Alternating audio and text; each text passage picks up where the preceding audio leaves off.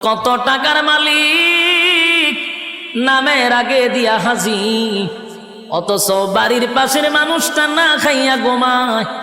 একবার খাইলে আর একবার খেতে পারে না। একটা বারো হাজি সাহেব খবরটা নিল না, কিন্তু লম্বা তসবিহ লইয়া সুবহানাল্লাহ জপে। বছরটা হইতেই 2 বার উমরা মারে। আল্লাহ বলে, বান্দারে মক্কায় গিয়া নাম পালাইছো হাজি, দেশ আইয়া তুই আগের মতো ফাজি। তোর মতো হাজির কোনো দরকার নাই। আমার বন্দা না খাইয়া ঘুমায়, এমন হাজি আল্লাহর কাছে তার কোনো গ্রহণযোগ্যতা নাই। বলেন কোনো মিসকিন, যাদের অঢাল সম্পত্তি আছে তারা যেন মিসকিনের পাশে দাঁড়ায়, তারা যেন অসহায়ীদের পাশে দাঁড়ায়। অসহায়ীদের পাশেও যদি না দাঁড়ান, জাহান্নামে যাওয়ার এটা কয় নাম্বার কারণ?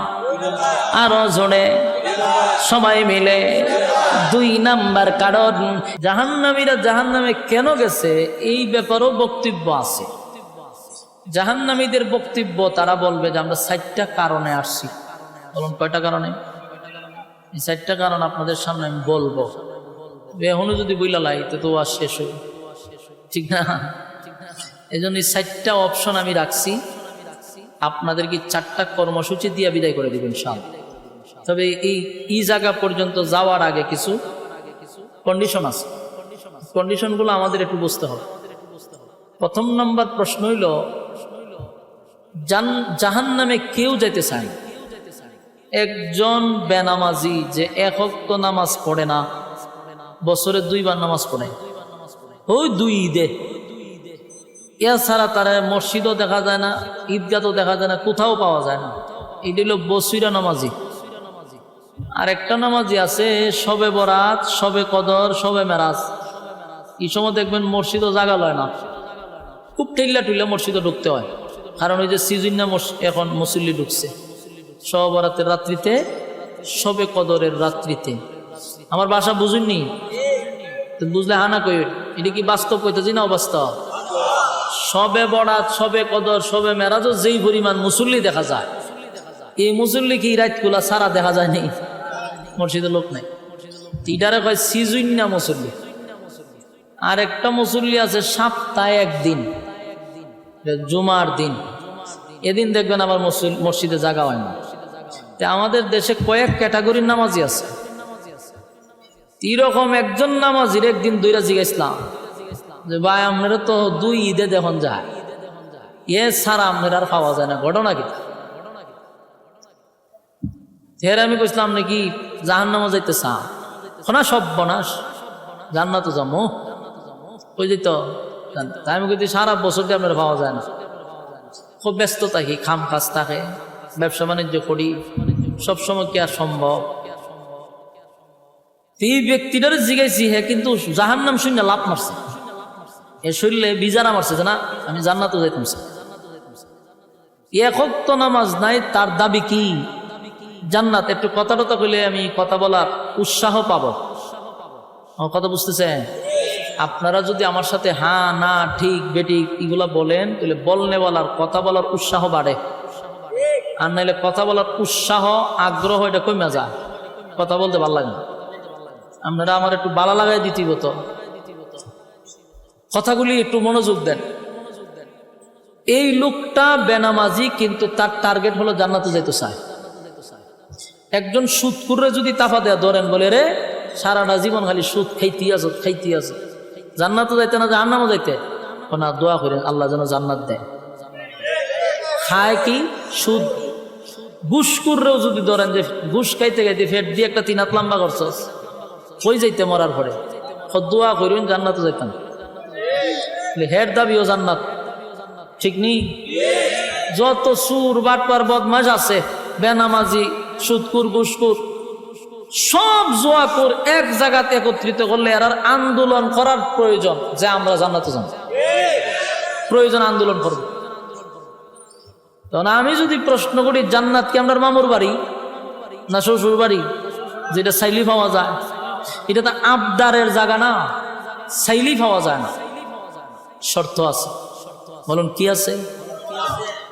দুনিয়া পাওয়ার জন্য কোনো শর্ত নাই। কিন্তু জান্নাত পাওয়ার জন্য শুধু শর্ত না, অবশ্যই শর্ত আছে। দুনিয়া পাওয়ার জন্য কি নাই? শর্ত নাই। দুনিয়া আল্লাহ যারে মনে চায় তারে দেয়। আস্তিকরেও দুনিয়া দেয়, নাস্তিকরেও দুনিয়া দেয়। মানে আল্লাহ মানলেও দুনিয়া দিবে, আল্লাহরে যদি নাও মানেন তাও আল্লাহ দুনিয়া দেয়। দুনিয়ার ক্ষেত্রে তসবিহ পড়ন লাগতো না, দুনিয়ার ক্ষেত্রে মাথার থাগরি লাগানি লাগতো না। দুনিয়া আল্লাহ যারে মনে চায় তারই দেয়, কিন্তু পরকাল যারে মনে চায় তারে দেয় না। পরকাল পাওয়ার জন্য বাধ্যতামূলক শর্ত আছে। দুনিয়া পাওয়ালে শর্ত লাগে? যারা আল্লাহরে গালি দেয় আর আমরা চেয়ে 3টা বল আছে, কথা হয় না? আমেরিকা গাড়ি আছে, বাড়ি আছে, কিন্তু গালি দেখারে আল্লাহরে। কিন্তু কেন দেয়? আল্লাহ হয় দুনিয়ার কোনো মূল্য আমার কাছে নাই। মরা গুরু যখন মারা যায়, গুরু এটা কই ফালান নিয়া ওই ময়লার স্তূপে নিয়ে ফালাই দিয়া, ঠিক না? আগে মরা গুরু খাইতো শুকুনে, এমন শুকুন আসেনি? ওই যাদের বয়স 30 এরা ছোটবেলা বলতে পারবে শুকুন দেখছে। আর 15-20 বছরের ফুলা মানুষ যদি শুকুন দেখছে দিলে বুঝবেন হ্যাঁ মিথ্যা কথা বলছে। এরা দুইটা আস্তে আস্তে দুইটা চটপনা দেওয়া দরকার। মিশাও তো কইলে গেলে, কারণ আমরা 30 বছর ভাইরিছি, আমরা কইতে পারি যে ছোটবেলা দেখছি শুকুনে আয়া গুরু খাইছে। এখন আয়া না কেন? মানুষ গুরুর শুকুনের চেয়ে বড় শুকুন হয়ে রয়েছে। শুকুনে মানুষে এখন শুকুনে মানুষটা ডরা ভয় পায়, কারণ মানুষ মরা গরু শুদ্ধ খায়ালা, গরুর ভিতরে একটা বুরুলি থাকে, এটা শুদ্ধ মানুষ খায়ালা। শুকুনে চিন্তা করছে যে লাভ নাই। আগে আমরা যেটি খাইতাম এটি মানুষে খায়, তার গিয়ে কি দরকার? তো মরা গরু যখন মারা যায় মালিকের কাছে এটার আর কোনো মূল্য থাকেনি, শেষ মূল্য শেষ। তখন এটারে ফালাই দিলে এক সাইডে দা কুকুরে খাইতেছে, এক সাইডে দা শিয়ালে খাইতেছে, এক সাইডে দা শুকুনে খাইতেছে, অন্য সাইডে দা পোকা মাকড়ে খাইতেছে। মালিকের কোনো বাধা দেয়? হ্যাঁ খাইস না ক, মালিকের এটা কোনো মূল্যই নেই। এই জন্য কে খাইলো, কোন প্রাণী খাইলো, এটা মালিকের দেখার বিষয় না। দুনিয়াটা হলো একটা মরা গুরুর মতো, এটারে নাস্তিকেও খায়, আস্তিকেও খায়, আল্লাহ মানলেওয়ালারাও খায়, আল্লাহ না মানলেওয়ালারাও খায়। আল্লাহ বাধা দেয় না, তাই না? কেন? এটা মরা গরুর মতো, খাইতে থাক, খায় ইচ্ছা মতো। কিন্তু পরকাল বড় দামি। পরকাল জিতা গরুর উঠে কেউ খামড় দেয়, আমরা শুদ্ধ খামড় মেরে ধরে রাখবো মালিকে, ঠিক নেই? জিতা গরুর উপরে একটা যুগ ধরলেও এটা টাইনা ছিঁড়ে, বড় দামি। জান্নাত পরকাল এটা আল্লাহ সবাইরে দিবে না। কাদেরকে দিবে? 1 নম্বর শর্ত, ইল্লাল্লাযীনা আমানু, যারা ঈমান আনবে আল্লাহর উপরে। বলুন 1 নম্বর শর্ত কি? ইল্লাল্লাযীনা আমানু, তোমরা ঈমান আনো আমি আল্লাহর উপর। কোন বেঈমানকে আল্লাহ জান্নাত দিবে না। বলুন জান্নাতে যাওয়ার জন্য 1 নম্বর শর্ত কি? ঈমান। 2 নম্বর শর্ত ওয়া আমিলুস সালিহাত, নেক আমল করতে হবে। 1 নম্বর ঈমান, 2 নম্বর নেক আমল।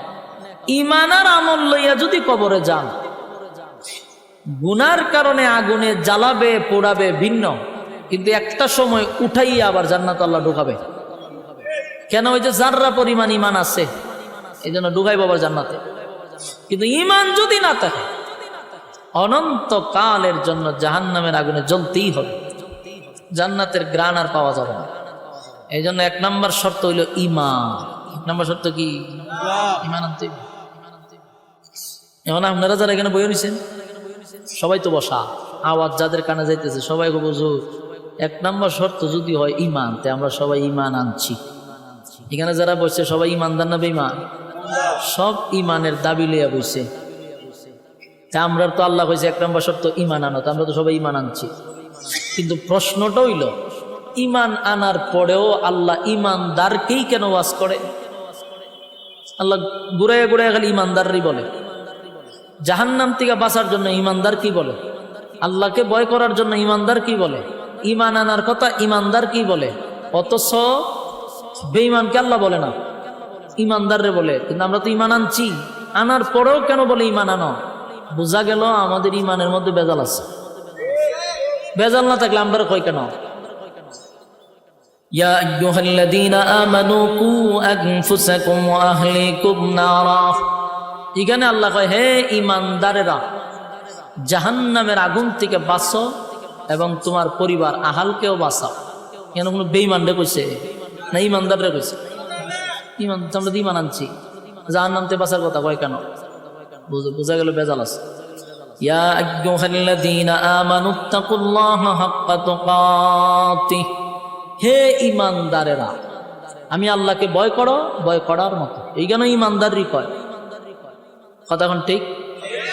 ঘটনাটা ঘটনা হইল, জ্বর উঠলে পরে একটা বগলের নিচে একটা কলম রাখে, এটা কতক্ষণ রাখার পরে একটা পয়েন্ট ওঠে 102 103, এটার থার্মোমিটার। এটারে কি কয়? এটা তো জ্বর মাপে। কিন্তু পৃথিবীতে ঈমান মাপার কোনো থার্মোমিটার নেই, আসেনি? ঈমান মাপার থার্মোমিটার না থাকার কারণে একটা লোকরে আমরা ডাইরেক্ট বেঈমান বলতে পারি না, কারণ আমি তো মাপছি না। ঈমান মাপার থার্মোমিটার না থাকার কারণে সুৎকুর, বিশ্ববিখ্যাত সুৎকুর, গোটা পৃথিবীর গবেষকরা বাড়ি চালান দিছে, দিয়া বাড়ি করে আনছে যে বিশ্বের মধ্যে সবচেয়ে বড় সুৎকুর কোন জায়গাত আছে। বাড়ি চালান দিয়া যখন ছেড়ে দিছে যে এটা বাড়ি বাংলাদেশে ঢুকছে, টাইনা বাই করছে ডক্টর ইউনূসরে। গোটা পৃথিবীতে ডক্টর ইউনূসরে 1 নম্বরে চিনে যে উনি বিশ্ববিখ্যাত সুৎকুর। এই বাড়ি চালান দা বাই করছে। এরপরে কয় আমরা যত বড় সুৎকুর বাংলাদেশে বই দিয়েছেন আমরা তো জানি না, আইন আমরা একটা পুরস্কার দিছে, সেরা পুরস্কার এটা হলো নোবেল পুরস্কার। সফল সুৎকুর সে, গোটা বিশ্বের মধ্যে তারে এখন মডেল মনে করে। এমন বিশ্ববিখ্যাত সুৎকুর ডক্টর ইউনূসরে যদি আপনি বলেন যে স্যার আপনি ইমানদার না বেঈমান, কি বলবে? বলবে আমি ফাক্কা ইমানদার। বেঈমান কইতো না জীবন। বেনামাজিরও যদি জিগান আপনি ইমানদার না বেঈমান, কইবে আমি ফাক্কা ইমানদার। জানাকুরও যদি জিগান হেও কয় ইমানদার। হ্যাঁ, লম্পট বদমাশগুলি সবগুলি কয় আমরা ইমানদার। আমার প্রশ্ন হলো, ওই যে থার্মোমিটার না থাকার কারণে সুৎকুরেও হয় ইমানদার, ঘুষ করেও হয় ইমানদার, বেনামাজিও হয় ইমানদার, বেফরদাওয়ালাও হয় ইমানদার, আল্লাহ সরাসরি মানে কিন্তু আল্লাহর আইন কানুন মানে না এমন লোক হয় আমি ইমানদার। কেন? ওই যে থার্মোমিটার নাই। কিন্তু আল্লাহর কাছে থার্মোমিটার আসেনি। আল্লাহর থার্মোমিটারে আমরা ধরা পড়ি।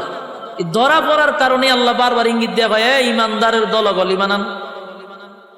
আল্লাহ তো জানে আমরা ইমানের মধ্যে গন্ডগোল, এই জন্য আল্লাহ বারবার কোরআনে বলেন ইমানদার ইমানান, কোনো বেঈমান কয় না, কারণ এত সিল মারা বেঈমান। কিন্তু তুই তো ইমানদার না, তুই ইমানের বেশ ধরছস। আমার কথা বুঝিনি আপনারা? এটা তো একবার সিল মারা বেঈমান। আর ইমানদারের মধ্যে যে বেঈমান হয়ে বইয়ে রইছে, এ ধরছে ইমানের বেশ, কিন্তু ভিতরে ইমান নাই।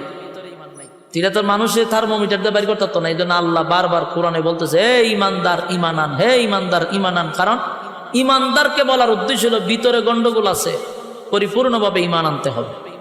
কথা কি ক্লিয়ার বুঝতেছেন?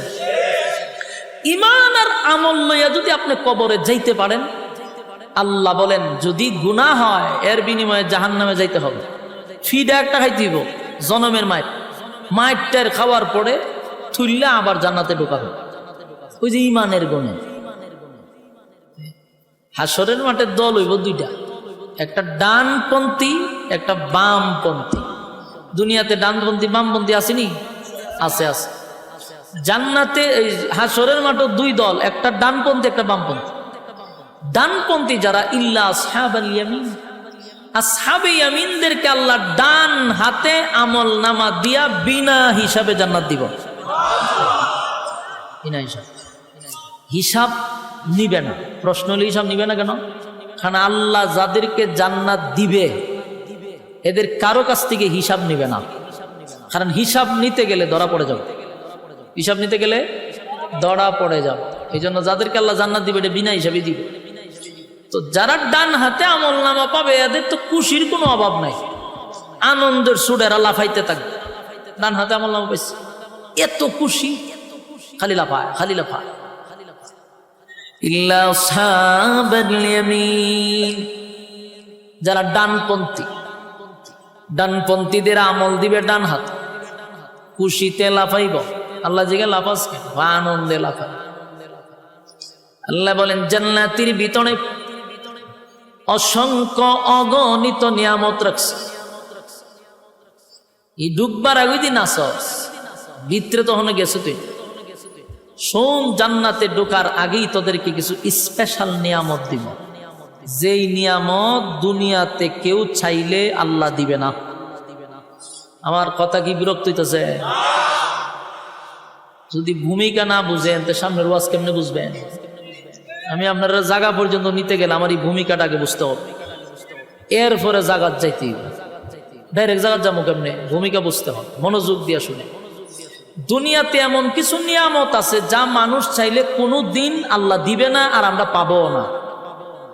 এমনকি নবী রাসূলগণ চাইলে আল্লাহ দিবে না। আমার কথা বুঝতেছেন? এমন কিছু নিয়ামত আছে যেটা জানি আমরা পাবো না, কিন্তু এখানে যারা বসা আমি সহ প্রতিদিন আমরা মনে মনে এটাই চাই, কিন্তু আমরা এটাও জানি যেটা পাবো না। কিন্তু মিছামিছি কাল্পনিকভাবে আমরা আল্লাহর কাছে এটা চাই, কিন্তু আল্লাহ দিবে না, এটা আমরা জানি। নবী রাসূলই দিবেন, আমরা দিব করতে গেলে। কিন্তু এমন একটা মানুষ নাই যেটা প্রতিদিন মনে মনে চায় না। এমন কিছু নিয়ামত আছে, বড় আশ্চর্যের ব্যাপার না? যে জানি আমরা আল্লাহ দিবে না, তা আমরা চাই কেন? এটা অটোমেটিক চাই। এর এক নাম্বার নিয়ামত হলো কেউ মরতে চায় না। কতক্ষণ না দি কেউ মরতে চায়, আমি চাই, জীবনও চাই না। আপনিও চান না, আমিও চাই না। কেউ মরতে চায় না, কিন্তু মরতে হবে। কতক্ষণ মরতে চায়, মরতে নবীরাও যুদ্ধ আল্লাহ আমার মরণ দিয়ে না কবলিত। আপনি আমি যুদ্ধ বলি গিয়ে মক্কার সামনে গিয়ে খানায় খাওয়ার শুধু আল্লাহ আমার মরণ দিয়ে না, মরণ দিয়ে না, মরণ দিয়ে না, মরণ দিয়ে না, হারা জীবনে যুদ্ধ করি কবলিব নি। তিনি এটা জানি আমরা জিন্দিগিতে পাইতাম না, কিন্তু প্রতিটা মানুষ খালি হায়ার বাড়ত না, মরতাম। কেউ মরতে চায়, এই নিয়ামত দুনিয়াতে কেউ পাবে না, আমরা জানি। এরপরে মনে মনে চাই, মরতে চাই না। আল্লাহ কয় জান্নাতে ঢুকার সাথে সাথে নিয়ামত ফ্রি, আর কোনোদিন মরবি না। সুবহানাল্লাহ। জান্নাতে কি নাই? মরণ নামক বস্তুটারে মেরে নেব। মরণ নামক বস্তুটারে আল্লাহ জবাই করবো জান্নাতীদের সামনে, যে আজকের থেকে অনন্ত কালের জন্য তোরা বসবাস কর, আর মরণ নেই। সুবহানাল্লাহ। এক নাম্বার মরণ নাই। এক নাম্বার কি নাই? জান্নাতের ভিতরে, জাহান্নামের ভিতরে মরণ নাই। ওজিনি বালাহা।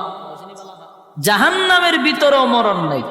জান্নাতের ভিতরে যেমন নাই, জাহান্নামের ভিতরে নাই, মরণ নাই। এক নাম্বার হলো মরণ নাই। দুনিয়াতে যদি কেউ চায়, বলুন এটা আল্লাহ দিবে, কেউ পাবে? এই নবী রাসূল যদি আল্লাহর দরবারে দরখাস্ত করত, মালিক আমাদেরকে মরণ দিয়েন না, দোয়া কি কবুল হইত? কুল্লু নাফসিন যায়িকাতুল মাউত, প্রত্যেকটা প্রাণী তার মৃত্যুর স্বাদ গ্রহণ করতেই হবে। তাহলে দোয়া কবুল হইব।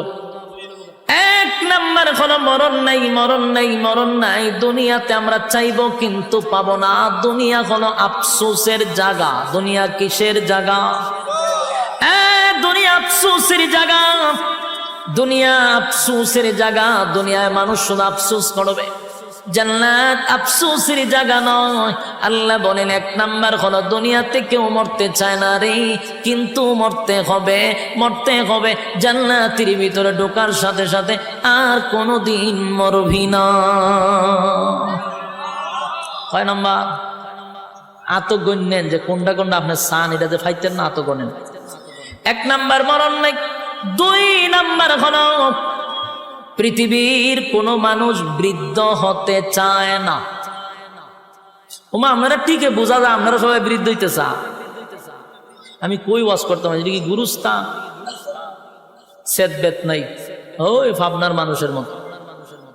ভাবনার মানুষকে কাতকুতানি দিলে 3 দিন পরে হাসি দেয়। আমি আজকে আইছি, আজকে হতে আইছি জানেন, নাটুর থেকে আইছি কেন প্রোগ্রাম করতাম। গতকালকে নাটুরে প্রোগ্রাম ছিল, ডাইরেক্ট নাটুর থেকে এখানে আইছি। এখানকার মানুষই তো বড় মারাত্মক, কাতকুতানে দিল হাসি দেয় না। আপনারা তো নারায়ণগঞ্জ মানে কি বাংলাদেশের মধ্যে একটা উন্নত মানের একটা জেলা হইল নারায়ণগঞ্জ, এবং আপনারা সচেতন। আপনারা যদি আওয়াজ না দেন তে ভাবনায় যদি গিয়া ওয়াজ করি লাভ হইব? ঠিকানার এখানে সমানে লইব কেমনি? একটু কথা কইেন, আমার কথাগুলি আপনি আঙ্গুলো গনেন, মনে মনে দেখেন তো এটি আপনার সাননি। আল্লাহ কইছে এটি চাইলে দুনিয়া দিবে না, কোন কোন জিনিস দিবে না এটা একটু গনেন। 1 নম্বর মরণ নাই, মরণের জন্য যুদ্ধ, এখন আল্লাহ মরণ দিয়েন না, কবুল হইব। 2 নম্বর কেউ বৃদ্ধ হইতো চায়, আপনারা চান? সাদা দাড়ি লইয়া সেলুন ঢুকে আইবার সময় খালা হইয়া বাইরে বাস্তব না। বুড়ারে যদি জিজ্ঞানাও চাচা দাড়ি দিয়ে সাদা আছেন কালা করছেন কেড়ে, নাইলে বুড়া দেখা যায়। এই চাচা মিয়ার উদ্দেশ্য সে বুড়া হতে, কিন্তু বুড়া অন লাগবো নি। পৃথিবীর কোন মানুষ বৃদ্ধ হতে চায় না, বৃদ্ধ হতে চায় না, আমিও চাই না, আপনিও চান না, কিন্তু বৃদ্ধ আমাকে হতেই হবে। বার্ধক্যে পৌঁছে যেতে হবে। যদি হায়াত থাকে তাহলে বার্ধক্য পর্যন্ত আপনাকে নিয়ে যাবে। বয়স যত বাড়বে তত চোখের জ্যোতি কমবে, শরীরের শক্তি কমবে, দাঁত গলি লড়াচড়া করবে, বার্ধক্যে আপনাকে পৌঁছাইয়া দিবে। কেউ যদি দোয়া করে, মালিক আমাকে আপনি বৃদ্ধ বানায়েন না, বৃদ্ধ বানায়েন না, দোয়া কি কোনোদিন কবুল হবে? এটি চাইলে পাওয়া যায় না। আল্লাহ বলেন জান্নাতের ভিতরে ওয়াদা দিলাম, বান্দারে ওয়াদা দিলাম, দুনিয়াতে কেউ বৃদ্ধ হতে চায় নাই, কিন্তু বৃদ্ধ হইতে হইল। জান্নাতের ভিতরে একটা লোক বৃদ্ধ হইয়া জান্নাতে ঢুকবে না। প্রত্যেকটা জান্নাতীর বয়স হবে 32 বছর। খুশি নি আপনারা? 32 তো হবে, কিন্তু 32 থেকে কোনোদিন বয়স 33 হবে না। এটা কারণটা কি? কারণ এটা তো শেষ নাই, জান্নাতের শুরু আছে, শেষ নাই, তো বয়স বাড়তো কেমনে? 32 বয়স, কোনোদিন চামড়া ডিল হবে না, চোখের জ্যোতি কমবে না, চেহারার গ্লেজ নষ্ট হবে না। জান্নাতের ভিতরে আমার মালিক বলেন, ঈমান আর আমল লইয়া যদি কেউ কবরে যাস, ওয়াদা দিলাম আর কোনোদিন বৃদ্ধ হবি না। পৃথিবীর কোন মানুষ বৃদ্ধ হতে চায় না গো, কেউ বৃদ্ধ হতে চায় না, কেউ বৃদ্ধ হতে চায় না।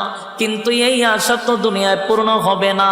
দুনিয়া আফসোসের জায়গা, দুনিয়া আফসোসের জায়গা, জান্নাত আফসোসের জায়গা নয়। আল্লাহ বলেন জান্নাতের ভিতরে টাটকা যুবক বানায়া দিব রে, কমপক্ষে 32। অনেকগুলা রাওয়ায়াত আসছে 32 আসছে, 26 আসছে, এরকম ভাবে অনেকগুলা রাওয়ায়াত। সর্বনিম্ন ধরেন 32 বছর টাটকা যুবক বানায়া জান্নাতের ভিতরে রাখবে। জোরে জোরে কোন সুবহান।